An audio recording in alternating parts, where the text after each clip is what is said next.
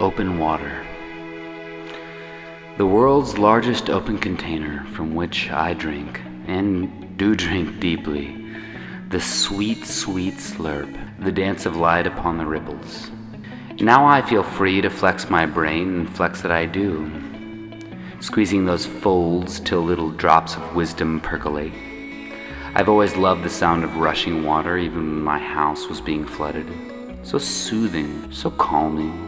And all that screaming, and not even the Coast Guard could convince me otherwise. So what if my lake palace has rotting drywall? Money fixes all repairs, and nothing can compensate better than the wisdom of moisture. Ancient, unending, ever-flowing. Even the drool that sometimes appears at the corner of my mouth when I stare into space. Indeed, even this drool speaks wisdom. Judge not, lest ye too shall be judged. And my gavel delivers the harshest of penalties.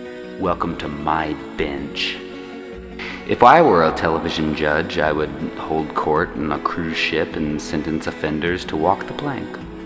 My makeup and robe would be perfect and shiny, and I would smile and my teeth would sparkle like a guillotine blade.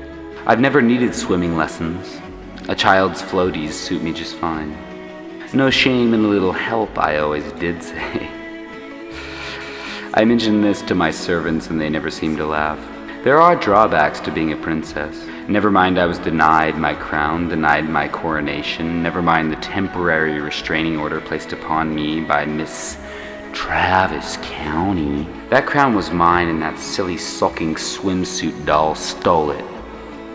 Her tap dance could not hold a candle to mine, and her interview portion of the pageant was painfully awkward.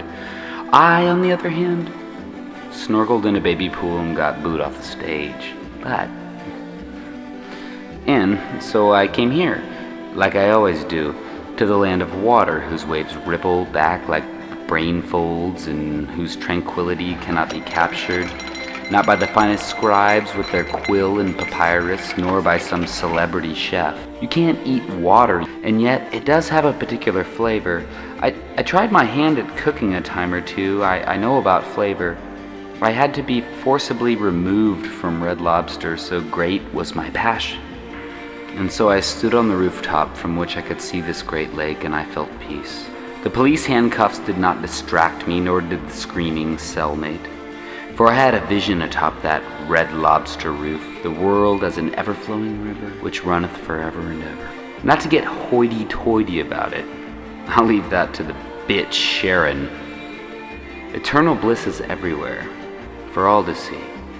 Just turn on the tap and let the clear, clear, flowing ecstasy drain you from its sink into the sewage system, out another drainage pipe into a water treatment plant held in water storage tank, then spit back into the tap again.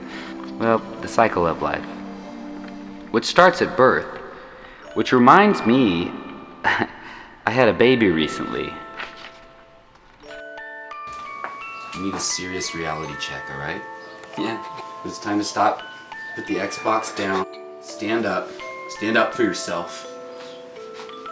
You know, crying all the time. Babies. Where I come from, freeloaders were fed to the hounds of Baskerville.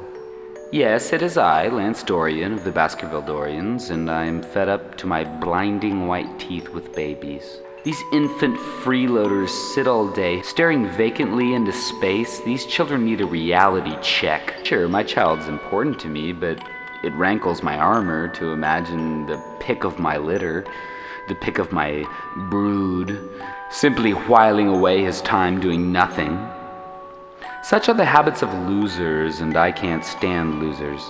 Losing is contagious, as is winning. That's why I strut around the house, making sure this infantile good-for-nothing sees me posing and networking and posting comments on blogs. A stiff upper lip, I always said. I'm not sure what that means, actually, because having a stiff upper lip is actually quite uncomfortable. I think it has to do with my teeth, which are glossy and white as bleach-soaked pearls, by the way. Speaking of which, this baby has no teeth, nor hair. What kind of mockery to be made of the Dorian legacy? Has this baby no decency? Selfish, that's it. Only thinking of itself. And yet I hold this baby and feel almost some kind of empathy, to be a child again, to frolic in life's meadow, to know the wax of thine wing and soar to the tanning salon.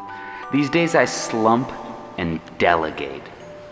Time to grab life by the heart and reboot this love machine, because what we've got here is not working.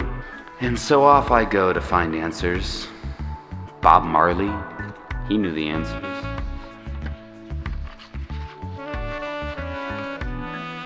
He sat around all day and smoked a cigar.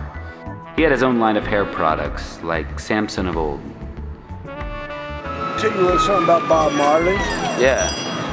Bob Marley never knew nothing about God. You know what? God does not forgive sinners. God forgives them that repent from sin. Maybe the old man is right. Did Bob Marley ever milk a cow? Do my shoes match my belt? Duh. Bob Marley mastered color coordination, but he knew little of how to strut. He could have learned a little from this fellow. Oh yeah, strut like there's no tomorrow. Squeeze, strut. But I grow distracted like a cosmic baby. Anyway. You think he's jamming with Jimmy and Janice? Oh, definitely. Me too. Is this the box office? The box office. The entrance. I like your hair, man. Thanks. Yeah. Who did that? Watch it. Who did that for you? My butler, Quincy.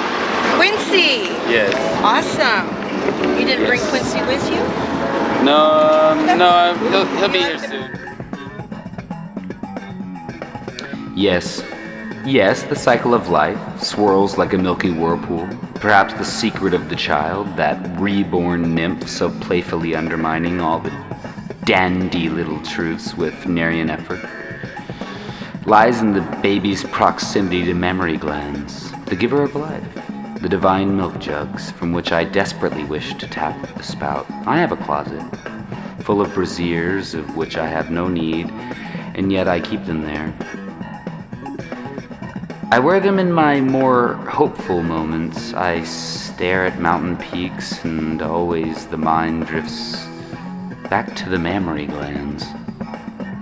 And yea, there is but one temple to this divine human organ, one place in which the mammary gland is king and queen both, for they exist as a pair, and this palace is called Hooters. Hooters.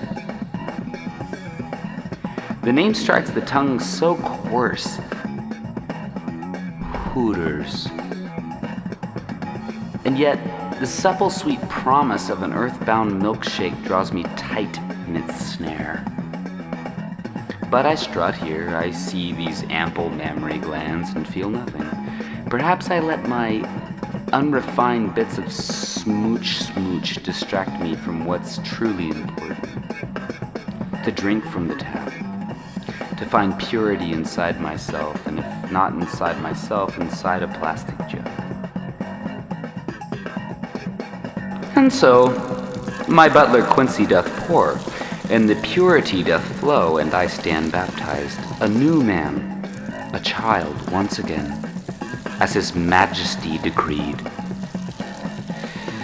Elsie the cow danceth upon the cloud next to Jimmy and Janice, and Bob Marley too, and they all partake of this lovely white froth.